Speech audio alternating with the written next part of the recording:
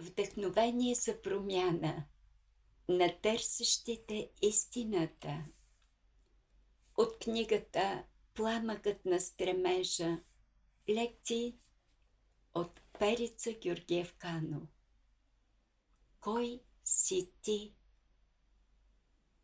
Мислиш, че виждаш това, което виждаш. Ама само мислиш. Всъщност не знаеш какво виждаш.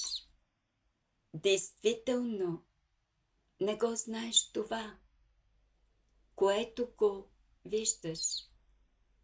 Само го гледаш и му даваш име. Човек, небе, облак. Но не знаеш всъщност какво представлява действително. Дали наистина знаете какво представлява един облак или небето, звездите, земята?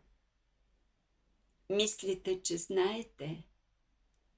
Дали знаете? Когато не знаем кой сме, как да знаем какво виждаме?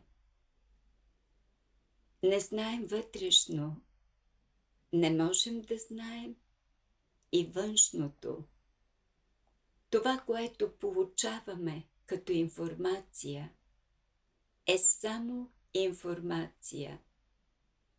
Ама информацията не е това, което виждаме. Информацията за теб не си ти, нали? Ти не си всички тези изречения за теб. Ти си нещо повече от това.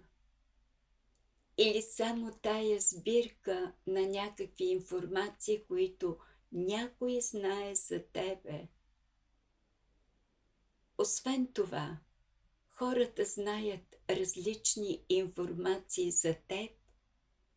Един има една информация и те гледа като един, друг има други информации и те гледа като друг. Същата личност, обаче те изживяват като различен човек. Един ти се дразни, друг те харесва, един те мрази, друг може да те обича. Всеки има различно изживяване за теб, за всеки. Всеки различно те изживява. Всъщност, той не знае кой си ти. И ти не знаеш кой си ти. Ти мислиш, че си.